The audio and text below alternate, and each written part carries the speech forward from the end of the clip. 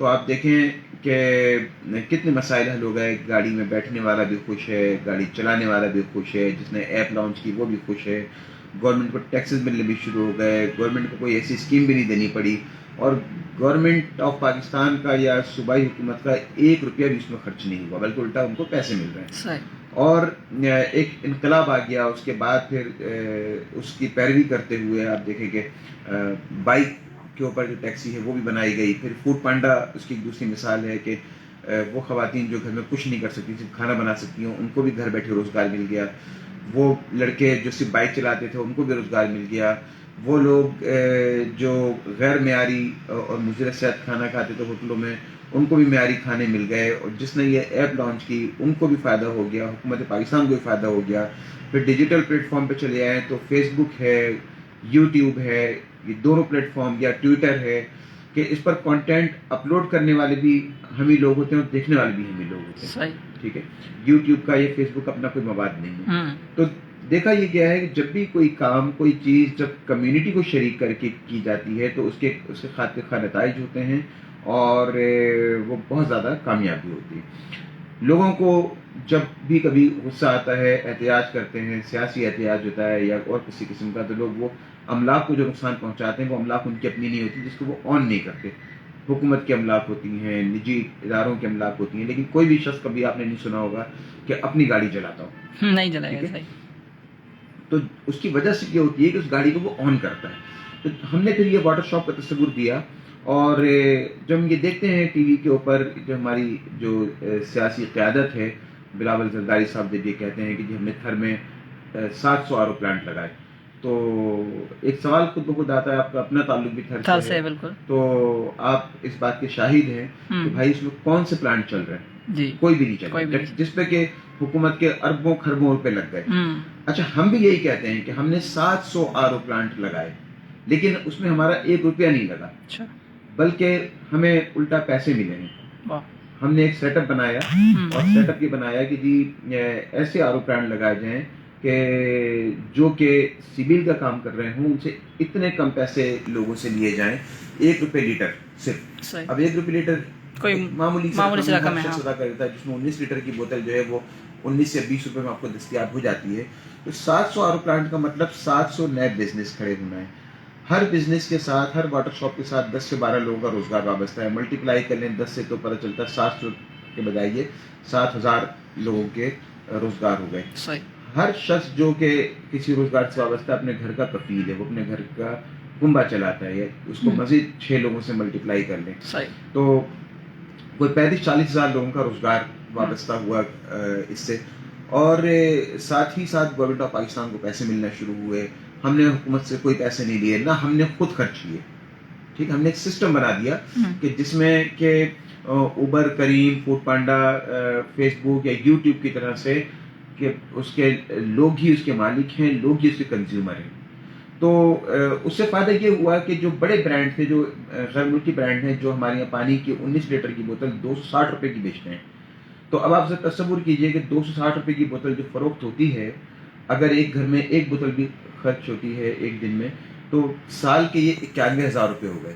91,000 روپے سال کے جو فیملی پانی پینے پہ خرچ کرتی ہے, وہ 10,000 روپے انکم ٹیکس دینا نہیں چاہتی. ٹھیک ہے, جبکہ انکم ٹیکس وہ ذریعہ ہے جس سے پورا ملک چلتا ہے. سڑکیں, پل, اسکول, کالج, ہاسپٹل, تمام ادارے جو ہے وہ اسی انکم ٹیکس سے چلتے ہیں. تو اب جو فیملی 10,000 روپے انکم ٹیکس دینا نہیں چاہتی, وہ 91,000 روپے ان کمپنیوں کو دے رہی ہے جو غیر ملکی کمپنیاں ہیں. اس کا مطلب یہ ہوا کہ 10 گنا زیادہ پیسے یہ کمپنیاں لے رہی ہیں. تو ان کمپنیوں نے یہ پیسہ کیا کرنا ہے, ہمارے یہاں تو نہیں رکھنا, یہ تو اپنے اپنے ملکوں کو لے جائیں گے. تو یہ ڈائریکٹلی ہمارے یہاں سے سرمایہ جو ڈرین ہونا شروع ہوا پانی کی صورت میں. پانی ہمارا, پینے والے ہم لوگ, ٹھیک ہے, نکالنے والے ہم لوگ, کمپنی کی سور کی, سرمایہ کہیں اور جا رہا ہے. تو ایک اس مسئلے کا بھی اس میں حل کیا گیا کہ جی اب اگر زمین کے نیچے سے پانی نکالا جائے گا تو ایک تو وہ پانی جو قابل استعمال نہیں تھا قابل استعمال ہو گیا. ہم نے واٹر بورڈ کے فراہم کردہ پانی کو ہم نے کچھ نہیں کیا, بلکہ ہم نے نئے ذخائر دریافت کیے ان واٹر شاپس میں. دوسرا یہ کہ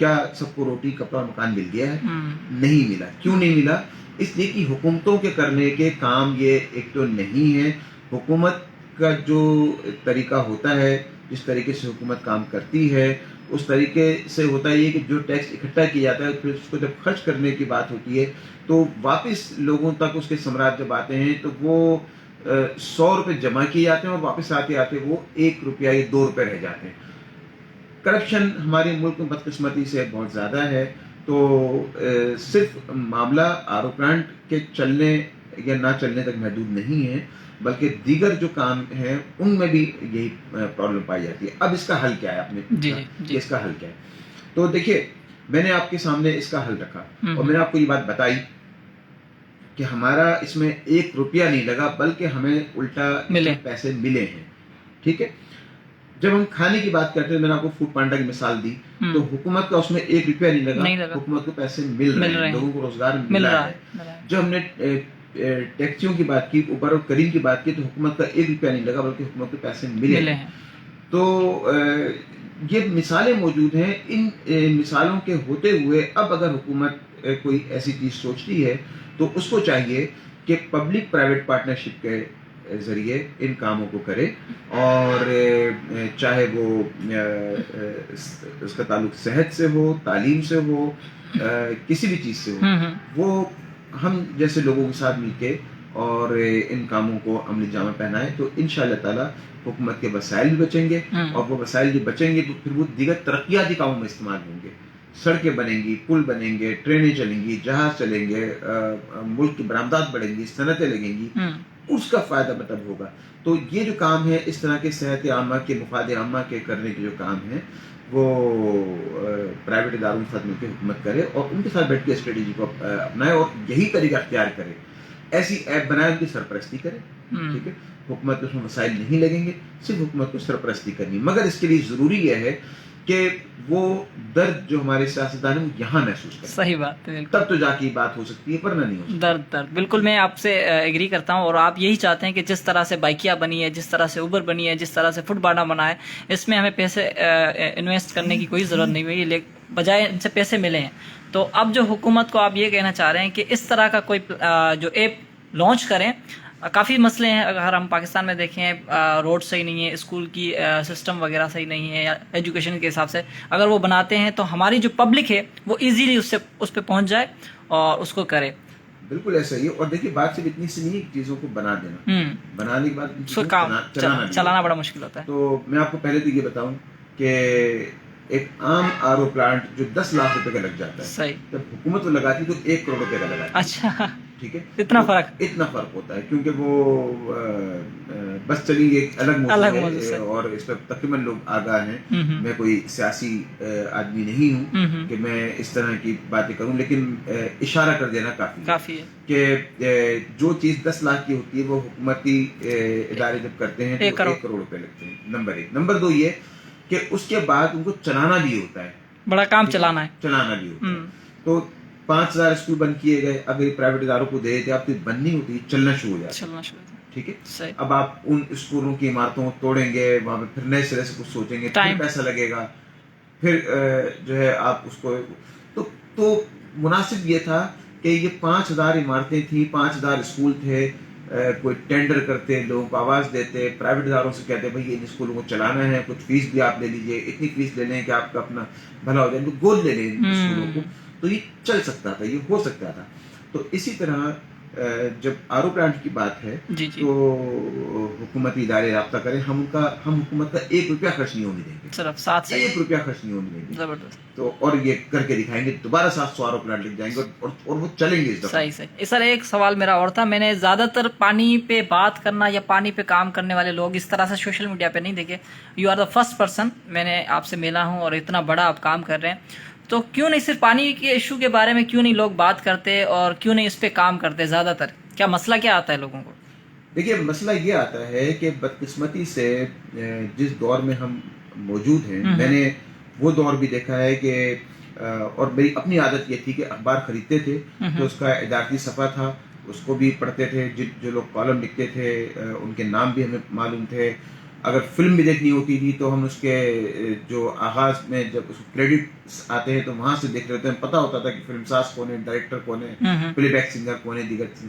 اب مسئلہ یہ ہے کہ آپ آج کے نوجوان سے اگر پوچھیں تو اس کو شاید اپنے دادا کا نام تو پتا ہو پر دادا کا نام نہیں پتا ہوگا. صحیح بات. ٹھیک ہے، اس سے پوچھیں کہ اس کا جو حسب نسب ہے، نسلی تعلق ہے، وہ کہاں سے ہے، وہ نہیں بتا سکتا. عام نوجوان سے پوچھیں کہ تمہارے صوبے کا گورنر کون ہے، تو بچوں کو، لڑکوں کو جن کی عمریں ہیں، جو کہ کالج میں پڑھ رہے ہیں، ان کو نہیں پتا ہوتا.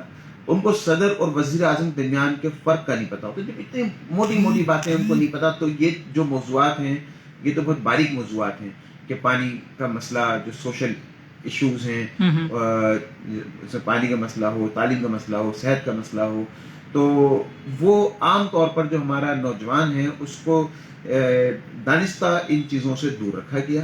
اچھا، وہ دانستہ میں کیوں کہتا ہوں؟ وہ اس لیے کہتا ہوں کہ انسان جو کچھ بھی ہے، جو کچھ بھی ہے، اس کا جو جسم ہے یہ صرف ایک اضافی چیز ہے، ورنہ وہ اصل میں اس کا شعور ہے. آپ جو یہاں بیٹھے ہوئے ہیں، آپ کے جیسے ہاتھ، پاؤں، آنکھ، ناک، کان رکھنے والے سب لوگ ہیں. 22 کروڑ یا بلکہ اب تو شاید 24 کروڑ لوگ اس ملک میں ہوں گے. آپ ہی کیوں ہیں؟ آپ نے سوچا کچھ کیا جائے، اور کچھ کرنے کے پیچھے آپ کے عظیم مقاصد ہیں جس کی وجہ سے آپ یہاں بیٹھے ہوئے ہیں. آپ نے اس کام کے لیے جو آپ کر رہے ہیں، جو انٹرویو اس وقت آپ مجھ سے لے رہے ہیں، اس کے لیے میں نے آپ کو کوئی پیمنٹ نہیں کی ہے. ٹھیک ہے، آپ ایک عظیم مقصد کے ساتھ یہ کام کر رہے ہیں. سوچا تو آپ کر رہے ہیں نا. آپ کے جیسے اور بھی لوگ ہیں، بے شمار لوگ ہیں. کیا آپ دیانتداری سے یہ محسوس کرتے ہیں کہ آج کا نوجوان ان باتوں کو سوچتا ہے؟ وہ نہیں سوچتا. وہ پب جی کھیل رہا ہے، وہ فلمیں دیکھ رہا ہے.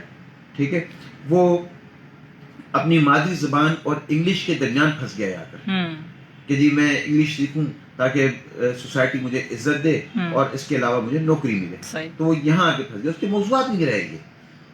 اب لوگ جو یہ نہیں سوچتے، جو بڑی تعداد، بڑی اکثریت اس میں نکل گئی، جو چھوٹی جو تعداد لوگوں کی رہ گئی ہے، تو ایسا نہیں ہے کہ میں اس کام کو کرنے والا واحد آدمی ہوں.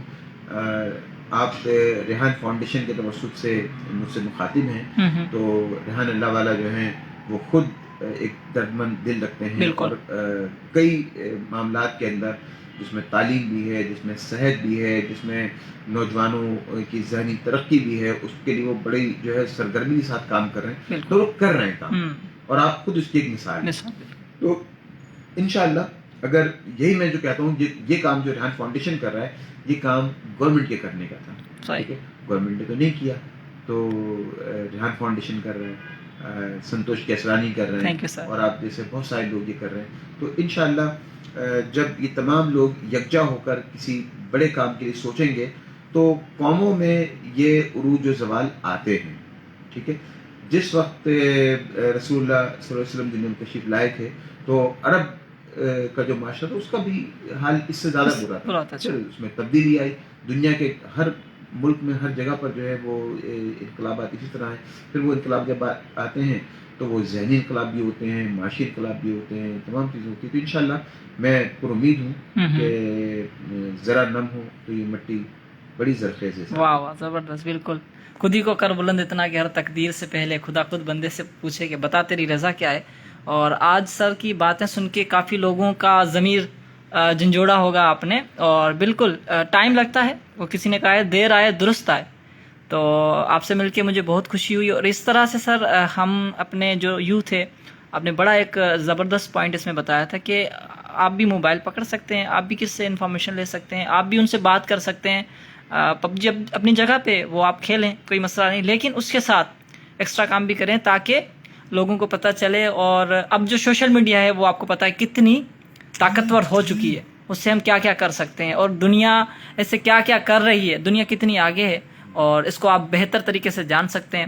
میں یہ چاہوں گا کہ جو بھی لوگ جو ہے پانی کے حوالے سے یا کسی بھی حوالے سے سر سے کنیکٹ ہونا چاہیں تو سر اپنا واٹس ایپ نمبر بتائیں آپ.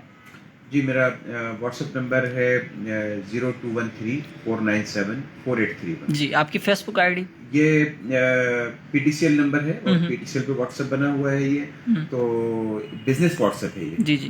میرا پرسنل واٹس ایپ نمبر یہ نہیں ہے، لیکن چونکہ یہ اس واٹس ایپ پہ آنے والے میسیجز میں براہ راست خود دیکھ رہا ہوتا ہوں، تو میں دوبارہ دوہرا دیتا ہوں 0213 کراچی کا کوڈ 4974831۔ جی آپ کی Facebook I D? Facebook I D کے لیے آپ شکیل احمد صدیقی facebook.com/شکیل احمد صدیقی لکھیں گے۔ شکیل احمد صدیقی لکھتے ہوئے شکیل میں آئی لکھیے گا، ڈبل ای نہیں، SHAKILAHMEDSIDDIQUI۔ تو facebook.com/شکیل احمد صدیقی لکھیں گے تو میری فیس بک آئی ڈی آپ کو مل جائے گی۔ سر بہت شکریہ آپ کا اتنی پیاری سی انفارمیشن دینے کے لیے، ریئلی میں آپ کا تھینک فل ہوں، اور اتنا آپ نے ہوسٹ کیا، اور خوش رہیں، آباد رہیں، پاکستان زندہ۔